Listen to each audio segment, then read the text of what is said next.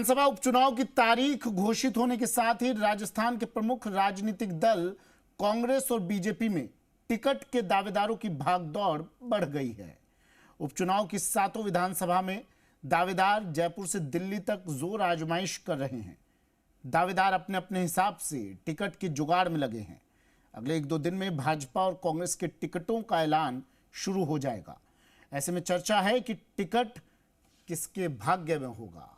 ये रिपोर्ट देखिए।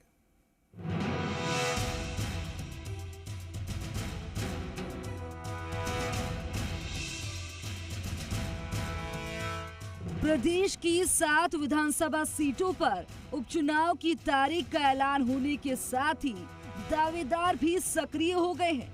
बीजेपी और कांग्रेस एक और जहां अपने अपने गणित के हिसाब से जोड़ गुणा बाकी कर रहे हैं, वहीं दूसरी ओर 7 सीटों पर दावेदार जयपुर से दिल्ली तक जोर आजमाइश में जुट गए हैं। पार्टी बलबूते पर चुनाव लड़ेंगे, हम अपने दम खम पर चुनाव लड़ेंगे और जीतेंगे। अलायंस के लिए नहीं जाएंगे, हम अपने बलबूते पर लड़ेंगे। तो फिर कहाँ कोई आके सहयोग करे तो ना तो करूंगा नहीं। कोई आके कहे कि मैं आपकी मदद करता हूँ तो स्वागत है, हमारी मदद करो। अभी 7 सीटें हैं। लीडर्स की रंधावा साहब की अध्यक्षता में हम मीटिंग करेंगे। उसके बाद में हमारे प्रपोजल हम लोग प्रदेश कमेटी की तरफ से हम आला कमान को भेजेंगे और जो आला कमान वहाँ से उम्मीदवार देगा वो उम्मीदवार हमारा कांग्रेस का उम्मीदवार जीत करके चुनाव जीतेगा। एक और जहां उपचुनाव में भाजपा प्रदेश अध्यक्ष मदन राठौड़ ने किसी भी तरह के गठबंधन को लेकर साफ इंकार कर दिया है, तो वहीं दूसरी ओर प्रदेश कांग्रेस ने गठबंधन का फैसला आला कमान पर छोड़ दिया है। हालांकि इस बीच गठबंधन वाली सीट पर कांग्रेस नेता दावा ठोकने लगे हैं। ऐसे में कार्यकर्ताओं में असमंजस की स्थिति बनी हुई है। दौसा सीट पर 2018 और 2023 में कांग्रेस से मुरारी लाल मीणा चुनाव जीते थे। भाजपा को इस सीट पर जीतने के लिए उम्मीदवार चयन से लेकर जमीनी स्तर पर पूरी ताकत लगानी होगी। सामान्य वर्ग की सीट होने से भाजपा यहां पर ब्राह्मण चेहरे पर दांव लगाती आई है। बीजेपी की ओर से पूर्व प्रदेश अध्यक्ष अरुण चतुर्वेदी, किरोड़ी लाल मीणा के भाई जगमोहन मीणा के साथ ही रतन तिवारी, पूर्व विधायक शंकर लाल शर्मा का भी नाम चर्चाओं में है। वहीं कांग्रेस के पूर्व मंत्री और सांसद मुरारी लाल मीणा की पत्नी सविता मीणा या बेटी निहारिका मीणा के साथ राजस्थान यूनिवर्सिटी के पूर्व महासचिव नरेश मीणा और पूर्व विधायक जीआर खटाणा के नाम पर चर्चा है। देवली उनियारा विधानसभा सीट से कांग्रेस के हरीश मीणा लगातार 2 बार विधायक बनते आ रहे हैं। उससे पहले बीजेपी के राजेंद्र गुर्जर विधायक रहे हैं। बीजेपी ने 2023 के चुनाव में राजेंद्र गुर्जर का टिकट काट के गुर्जर आंदोलन की अगुवा रहे कर्नल किरोड़ी सिंह बैंसला के बेटे विजय बैंसला को चुनावी मैदान में उतारा था, लेकिन उन्हें भी हार का सामना करना पड़ा। बीजेपी पूर्व में इसी सीट से विधायक और कैबिनेट मंत्री रहे प्रभुलाल सैनी को मैदान में उतार सकती है। वहीं पार्टी पूर्व में विधायक रहे राजेंद्र गुर्जर को लेकर भी गंभीरता से विचार कर रही है।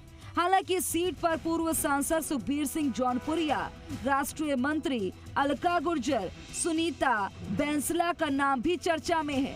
वहीं कांग्रेस से पूर्व केंद्रीय मंत्री नमो नारायण मीणा, पूर्व विधानसभा उपाध्यक्ष राम नारायण मीणा और कांग्रेस के राष्ट्रीय सचिव और पूर्व विधायक धीरज गुर्जर का नाम भी दावेदार के रूप में सामने आ रहा है। सीट दर सीट समझिए चुनावी गणित। 2023 के चुनाव में खीवसर से आरएलपी संयोजक हनुमान बेनीवाल जीते थे। बेनीवाल ने चुनाव से ठीक पहले तक अपने ही करीबी रहे बीजेपी प्रत्याशी रेवंत राम डांगा से महज करीब 2000 वोट से जीत पाए। बीजेपी रेवंत राम डांगा पर ही दांव खेल सकती है। डांगा के साथ पूर्व सांसद सीआर चौधरी और ज्योति मिर्धा के नाम भी चर्चा में है। आरएलपी हनुमान बेनीवाल के भाई नारायण बेनीवाल या उनकी पत्नी को उतार सकती है। वहीं गठबंधन नहीं होने पर कांग्रेस हरेंद्र मिर्धा के बेटे रघुवेंद्र मिर्धा और बिंदु चौधरी में से एक को उम्मीदवार बना सकती है। सीट दर सीट समझिए चुनावी गणित। झुंझुनू जाट बाहुल्य झुंझुनू विधानसभा सीट वैसे तो कांग्रेस की परंपरागत सीट रही है, लेकिन बीजेपी हरियाणा चुनाव में अहम भूमिका निभाने वाले जाट नेता और पूर्व भाजपा प्रदेश अध्यक्ष डॉक्टर सतीश पुनिया पर भी दांव खेल सकती है। हालांकि पुनिया मना कर चुके हैं। वहीं 2018 में भाजपा के प्रत्याशी रहे राजेंद्र भामू, 2023 में चुनाव लड़े बबलू चौधरी तो हर्षिणी का नाम भी चर्चा में है। कांग्रेस के मजबूत दावेदार की बात करें तो ब्रिजेंद्र ओला की पत्नी राजबाला, बेटे अमित ओला और बहू आकांक्षा ओला का नाम माना जा रहा है। 84 आदिवासी बाहुल्य सीटों में शामिल 84 विधानसभा सीट पर पिछले 2 चुनाव से लगातार भारत आदिवासी पार्टी के नेता राजकुमार रौत जीतते आ रहे हैं। बीएपी इस बार पोपट खोकरिया को टिकट दे सकती है। इसके अलावा बीएपी से जुड़े अनिल और दिनेश को भी मौका मिल सकता है। इसके अलावा 2 बार से हार रही बीजेपी और कांग्रेस इस सीट को फिर से अपने कब्जे में लेने का प्रयास कर रही है। हालांकि इस सीट पर कांग्रेस बीएपी के साथ गठबंधन की संभावना बन रही है। गठबंधन की स्थिति में ये सीट बीएपी अपने पास ही रखने का प्रयास करेगी। वहीं गठबंधन नहीं होने पर कांग्रेस यहां से पूर्व सांसद ताराचंद भगौरा को फिर से चुनावी मैदान में उतार सकती है। इसके अलावा भगौरा के परिवार से ही रूपचंद भगौरा या निमिषा भगौरा को भी मौका मिल सकता है। वहीं बीजेपी से पूर्व मंत्री सुशील कटारा के साथ सीमलवाड़ा के पूर्व प्रधान नानूराम परमार या चीखली क्षेत्र के पूर्व प्रधान महेंद्र बरजोड़ को टिकट दे सकती है।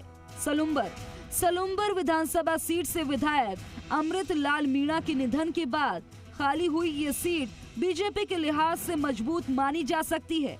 इस सीट पर बीजेपी अमृत लाल मीणा के परिवार के सदस्य को उम्मीदवार बना सकती है। इसके साथ अविनाश मीणा की दावेदारी मानी जा सकती है। वहीं कांग्रेस की बात करें तो 4 बार विधायक रह चुके रघुवीर मीणा और उनकी पत्नी बसंती मीणा पर दांव खेल सकती है। रामगढ़ विधानसभा सीट कांग्रेस विधायक जुबेर खान के निधन के बाद खाली हुई। ये सीट कांग्रेस के लिहाज से मजबूत मानी जा रही है। कांग्रेस इस सीट पर पूर्व विधायक साफिया जुबेर खान को प्रत्याशी बना सकती है। इसके अलावा जुबेर खान के बेटे आर्यन जुबेर खान को भी दावेदार माना जा सकता है, जबकि बीजेपी से सुखवंत सिंह, पूर्व विधायक ज्ञानदेव आहूजा और पूर्व विधायक बनवारी लाल सिंघल दावेदार माने जा रहे हैं। खैर, जहां पिछले चुनाव के इतिहास को देखा जाए तो अभी तक उपचुनाव में कांग्रेस का अड्डा भारी रहा है, लेकिन इस बार राजस्थान में और केंद्र में डबल इंजन की भाजपा की सरकार है और भाजपा भी सभी 7 सीटों पर जीत का दावा कर रही है। वहीं 7 सीटों में से भाजपा के पास केवल एक सलुम्बर की सीट है। वहीं खीवसर में आरएलपी और 84 में बीएपी काबिज थी, तो शेष झुंझुनू, दौसा, देवली, उनियारा और रामगढ़ कांग्रेस के कब्जे में थी। ऐसे में माना जा सकता है कि भाजपा यदि एक से भी ज्यादा सीट जीतती है तो ये उसकी इजाफाई होगी। वहीं दूसरी ओर कांग्रेस 4 में से एक भी सीट हारती है तो वह नुकसान में रहेगी। ब्यूरो रिपोर्ट, जी मीडिया।